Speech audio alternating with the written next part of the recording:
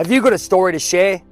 The experiences that you went through those dark times need to be told, need to be heard. The teachings, the lessons. I know when I had a stroke scare that it changed my life. My name's Jay from Journey of a Whitefeather, and I run a show on Spotify and all good platforms called A Chat with Jay.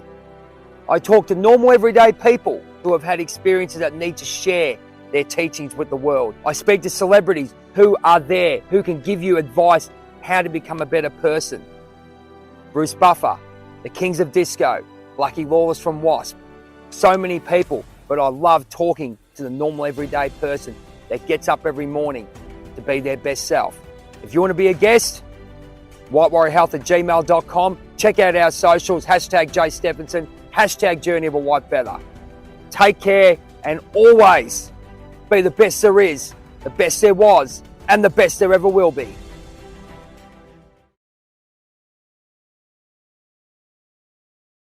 G'day guys, this is Jay here from Journey of a Whitefeather. Kangaroos, koalas, Steve Irwin impersonations, and this is a chat with Jay. Of course, it's a Robin Hood effect. Awareness, accountability, voice, choice, and freedom. And I can't have any better person on today than the mystic. I'm a ex-pro wrestler, mate, so it's all glitz, glam, and highlights. The mystic Leigh Klum. And, mate, we've connected through our friend Chief Disruptor, which I just had on last week, which was an absolutely brilliant interview. Check that out on YouTube and coming out on Spotify. But, mate, thank you so much for your time. It's I'm very humbled and gracious when people come on board and they don't know me from bar of soap, mate, you know, and it's a pleasure to have you on. And we've had some chats about life, but let's have a quick say hello and tell us a little bit about yourself. And I'm going to get into the raw stuff, which we're talking about is people making people aware. Welcome to the show, my friend. Yeah, thank you, Jay. Really, happy to be here, and just love the fact that I've got a web page going called We Are One Community, and it's about advertising the real heroes and the real leaders of Australia. And I know you wanted me to go on about myself, but it's not about me.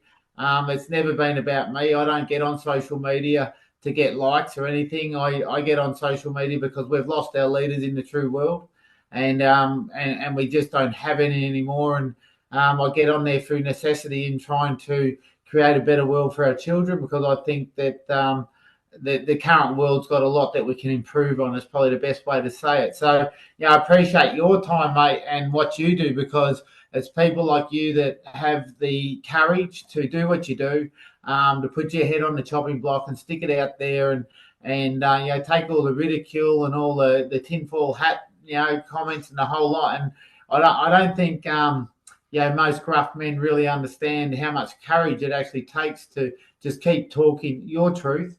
Because we've all got our own truth, our own perceptions, but it takes a lot of courage, mate. So I don't want to talk about me. I want to talk about us, because that's what my webpage is about. And when I talk about us, mate, I think all of us. That's mate. I tell you what, I can't think of any other words in that way, my friend, because it might have started about me and getting out of where I was.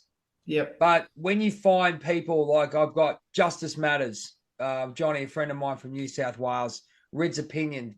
I just meet these wonderful people who really care about humanity in our country, and you can see and they have an awareness. They're looking that way, not that way. So it's an absolute pleasure to be with you, mate. We're going to start. You can go in about yourself as well. Just give us a bit of a rundown. Say who you are, but as you said, I absolutely agree with you. It's about us, my friend. It is. Look, mate, I look, long story short, I've lived in quite a few places and worked in quite a few industries, every level, basically, from the professional to the engineering to the trade, right down to the service industry. And I've done so much in a lot of towns around Australia.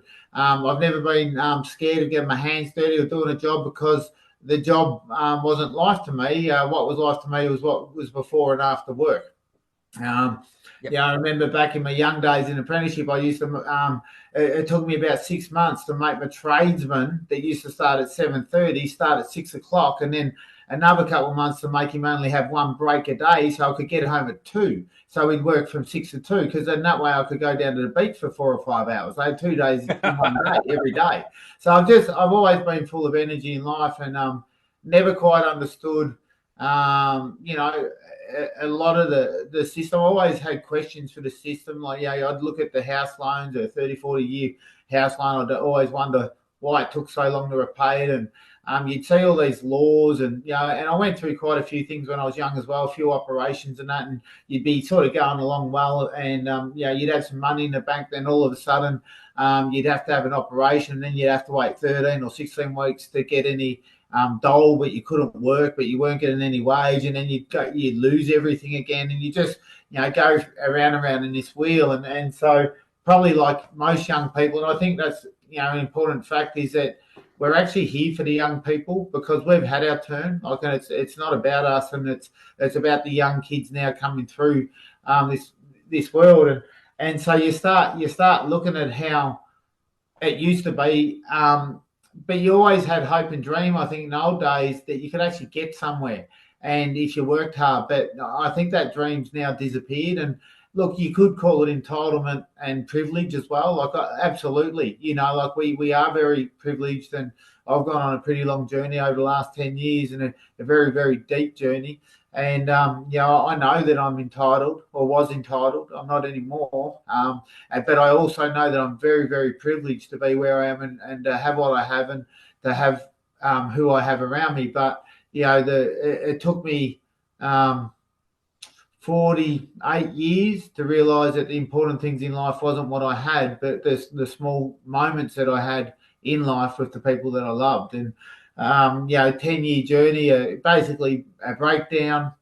Had a look at myself, went through a lot of things, read on a lot of religions and Buddhism and a whole lot of stuff, dove really deep, had a look at myself, didn't like the person I was. So I started a journey. Long story short, 10 years later, I've been talking now probably for 4 or 5 years, or 4 years on Instagram, which actually started as a remedy for me breaking down, because I knew that I had to be vulnerable and be honest with myself and be authentic to heal. And so and having seen a lot of people, all the suicides and that, and been involved with some suicides, and like in the last 4 months we've had 3 local suicides here in the local area, all male. I've known them all, gone to the funerals, and so you start seeing the impacts for this society on people, and it's got worse and worse and worse. And as an employer, I've seen the impacts on the people, and I see the way that I suppose all business industries work at the moment, and it's really driven around all profit at all cost. And our focus, our virtue has all gone to about cost. Everything's about cost. Everything's about making money. We seem to have this culture of I'll take as much as I can and give as little as I can. We have a transfer of liability culture. I've got a lot of detail on this in the background, but I'll keep it pretty light. But we have a transfer of liability culture that's been evident not only in our laws and compliance, but also in our Australian standards and all sorts of things, and contracts as well. And business has gone from fair and reasonable to really just trying to strangle someone to see how much, how small the price can be so you can make more profit. And it just seems to be normal business practice. And so in my journey over the 10 years, I was gaining. I didn't like the person I'd become. I wasn't a bad person. I was very successful in the system, but to be successful in the system, you have to be of a particular type of person. And I didn't like that person. So, I kept working on myself, being authentic. And, I gained more and more clarity and more integrity. And I just got to a point where I couldn't do it anymore, which is, one of the reasons why I resigned from a company. And in the event of me resigning, it sort of eventually shut down. And, so we when we shut our company down, we got everyone jobs. We didn't hurt our clients. We did it really well. Like, it was actually a conscious exit of the industry, and we're in the biggest industries in Australia. And so it's been an interesting journey, because when I let go and broke down and found my authenticity, everything in my life just worked. And but what I've been involved in is a lot of contracts, lot of legal, a lot of HR, a lot of IR, like dealing with, unions at the top level and everything, and also the government, the government compliance, and there's just nowhere to go anymore, mate. Like, you're just getting hit from every angle, and I think everyone in society feels the same. And it's not only financially, but it's also like from a time perspective. Like, you'll get 10 or 15 emails from the school. You'll have to log on and you'll have to scan your Medicare things, where once you walked in and just paid it, you just put it over the counter. So you know what gets me, Leigh? What gets me is a big thing, and you made a lot of good points there. Being awake and aware of what's happening. I mean, the one that really scares me in one way. Remember the after? Have you heard of Afterpay yet? Yeah. Now, what scares me, and I look and I think you'll agree with me, is when I see Afterpay at doctor's surgeries, at chiropractic surgeries, at pharmacies, and has it come to this, my friend? So there's a lot of points. I mean, we can talk about people's emails. Oh, I'm busy doing what? Keep away from, you're disconnecting from yourself, as we're speaking about. As you said, both of us have found our authentic voice. And this is what we're trying to do here today, ladies and gentlemen, is to introduce you to two people and a big community that we know that have their authentic voice. You might not agree with everything that everyone says, but within their hearts, they know that's for the best. What do you think what do you think the big issue is? I mean, it sounds really ridiculous, that comment, but what do you think? Is it? I believe it's disconnection from the earth. I think people are just very disconnected. I think you've got to. I think you've got to think in two minds. Like, you've got to be connected to the earth, like in life. You've got to be connected to life, but you also got to interact and have systems to function, okay, with other people in the system. So you've got to have. There's problems in both, and so yes, you've got the disconnection to life, and there's a lot of reasons from that, but that comes from the system. But in the system. And this is the point that I try to make, because I don't care. We can win this and bring balance to the earth if we just stand passively and get our numbers together, just passively. Because then they're forced with a choice, either to go at us or to do what we do. Right now, the result, if you had all the numbers and they didn't want to do what you did, well, then obviously it's going to be a revolution. Right? They know that. Right? And that's the only, when you push an animal to the wall, it's going to fight. And these guys are pushing this wall. So you got this problem of disconnection, but the problem of disconnection actually comes from the system. Now, the system used to be fair and just, and the system used to look after the people. So, for example, you used to have consumer rights. Okay, now you don't have consumer rights, and you've got to buy warranties. And, if you try to talk to someone because you've got an issue with your iPhone, like, it just takes hours and hours and hours. There's no one wants to help you. You've got to do it yourself, and it can take hours. So, we've got this culture that's about making money, and the point I'm trying to make on We Are One Community is, when you have a figure on any data, and you spoke to Annie Marie the other night on superannuation data, right?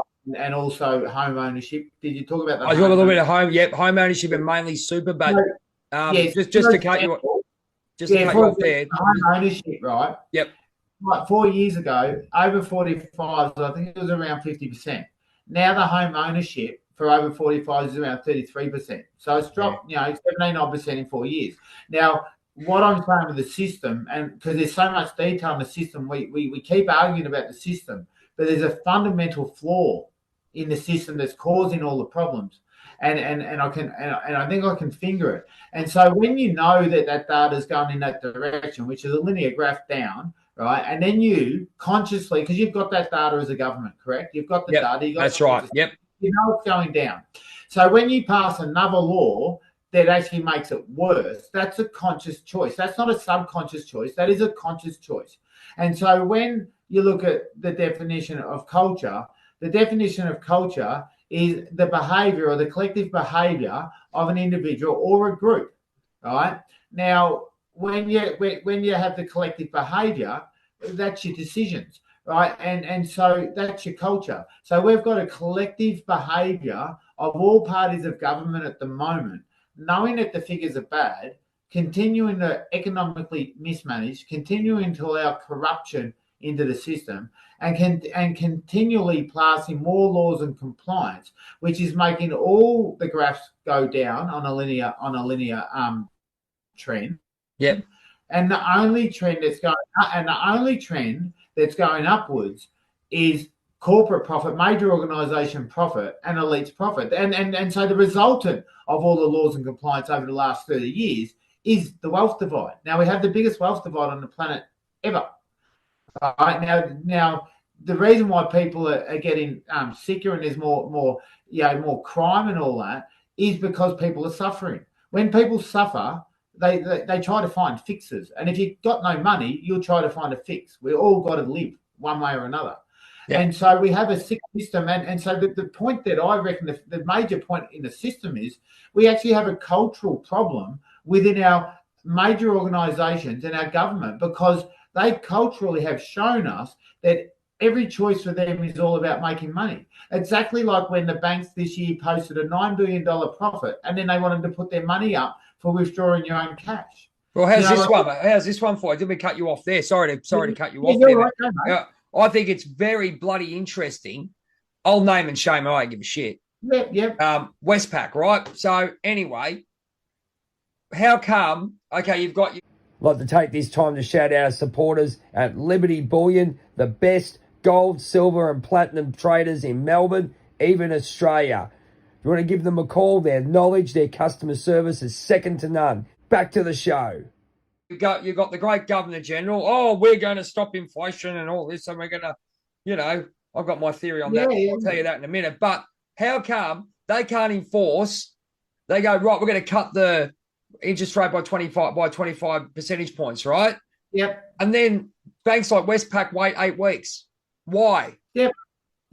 I don't understand why people don't question this stuff. So where I find the problem with us getting together and winning is that we go to that detail, right? Because I could point out 1,000 things about the banks, and what you'll find is some people have good experiences and some people have bad. And so what I'm trying to say is we need to step back. We need to step back and look at the biggest problem, because we are never going to ban numbers. And I agree with you, mate, but we can talk about detail until the cows come home. I can pull out spreadsheets with 20,000 lines. Absolutely, my friend. And so I think that the collective psyche at the moment needs to understand that we can talk about all the detail of all the 4 banks, and we're going to find pros and cons, different peoples with different perceptions, and we'll argue about that till the cows come home. But the true fact is, in the wealth divide, Westpac's profits are going up, and majorly up profit-wise, whilst they keep putting more compliance and more costs on the people. And this is a consistent theme with not only banking, but sales of materials, food. It's across the board. Hence why I'm sort of saying to everyone, you need to step back and realise that yes, the farmers are doing it hard, but also so is this group of people, and so are the teachers, and so are as a collective, my friend. I get it. Absolutely. And so if I had to put my finger on it, it's one, we've lost connection, and it's due to a corporatized system that doesn't consider humans as humanity. All it considers 100%. Is contracts and legalities and money. And so until we look at, and so that's culture. And so I don't mean to cut you off, Jay, because I think the detail we can fight, and it brings in what I know, Jay, and this is the long road, right? Because I've been what I know is when we talk about the Westpac Bank thing, we get heaps of hits, right? It goes off because everyone gets angry because people love being angry. But I changed about 6 months ago, and I keep sending this same message. We've got Marie Elias, also known as the Chief Disruptor, and I have had the best pleasure of working with Jay, Journey of a Whitefeather. And, if you need to lift your game in communicating something, he's your man. So I'm really good at certain things, but I'm not really good at marketing or amplifying my message or even being that clear on my message. This guy is the one that can help you get there. I love watching not just the stuff that he puts on TikTok, but the work that he does on YouTube. He's interviewing people from all around the world, and he talks about everything from spirituality right through to the finance system, right through to the global agenda. So he's up on all the important matters, and my bet is that if you need to work with someone that can help you amplify your voice in any of those areas, Jay's your man.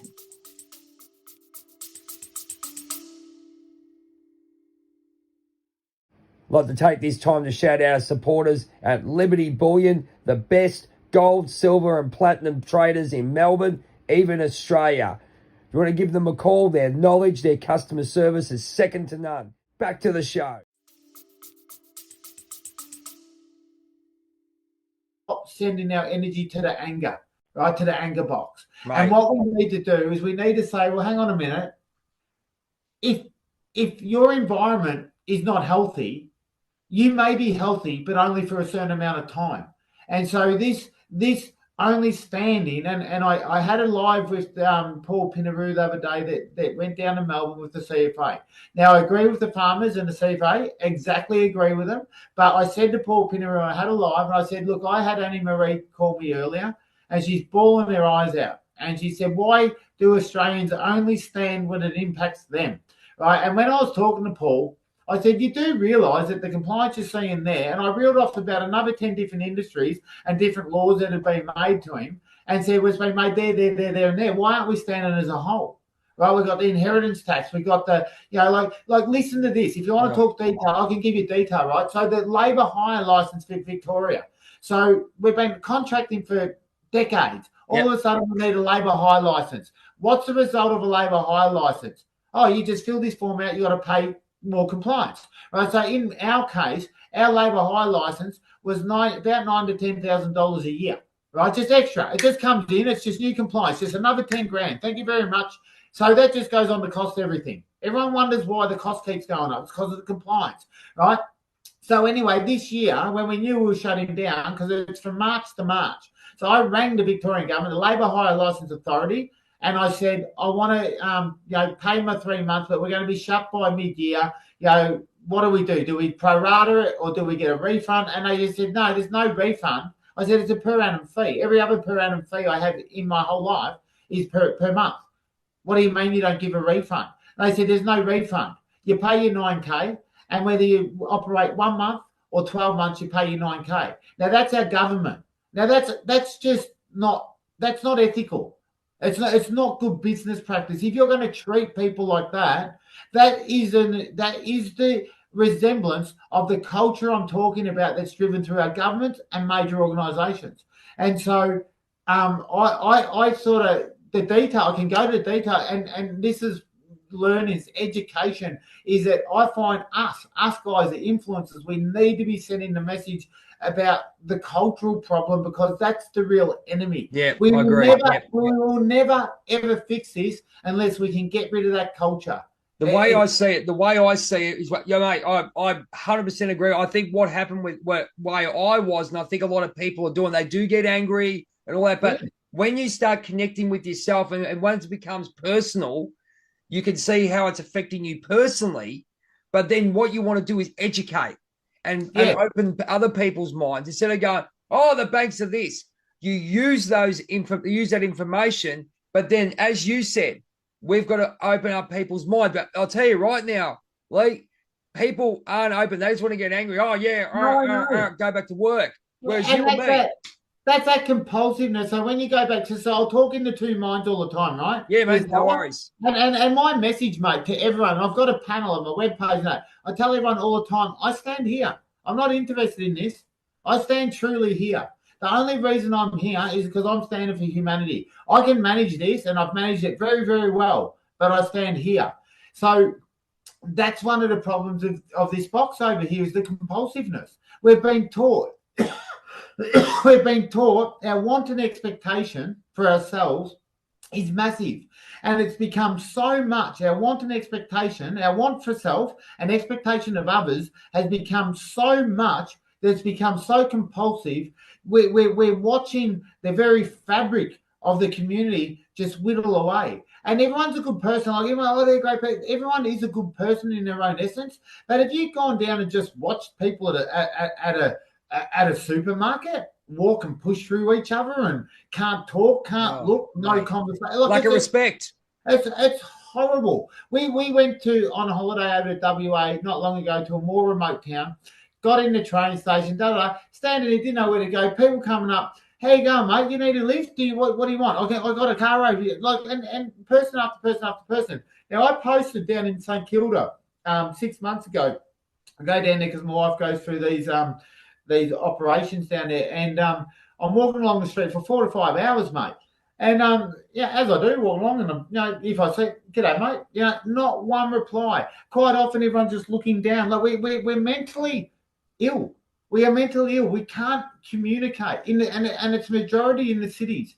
And as you get out to the countries, it's more. So when you look at this box, I think what's happened, and I do a little bit of teaching as well, but I think in this box, what's actually happened is we're so disconnected from life and values and morals, right, and ethics and integrity, that it's basically like the end of Rome, like when it was all about money and the population got greedy and it just fell to pieces. And that's what I'm seeing happening right now. Like it, and so, for example, the fireys are out doing what they're doing, great. And I'm going to be a volunteer firer as well, and I'm got land and I'm going to pay the tax and I'm going to fight as well. But we should be also fighting for the elderly and the 17% people that have lost their houses over the last 4 years due to all the laws and the compliance.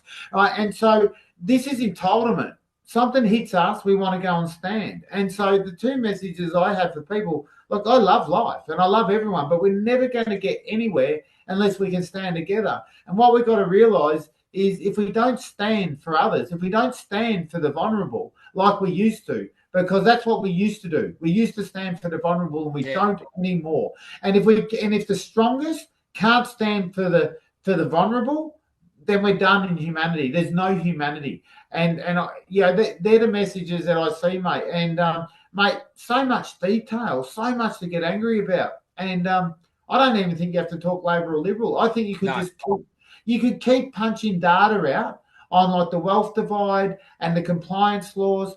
And it's just one thing after another. And I saw it in business, mate. Every time you make a little bit more money, there's more glass ceilings, tax-wise and everything. And then there's sort of loopholes, and people can just shove money around, and and all that's completely legal. And I remember saying to my accountant once, I said, "Wow, how can you do that? That doesn't seem right."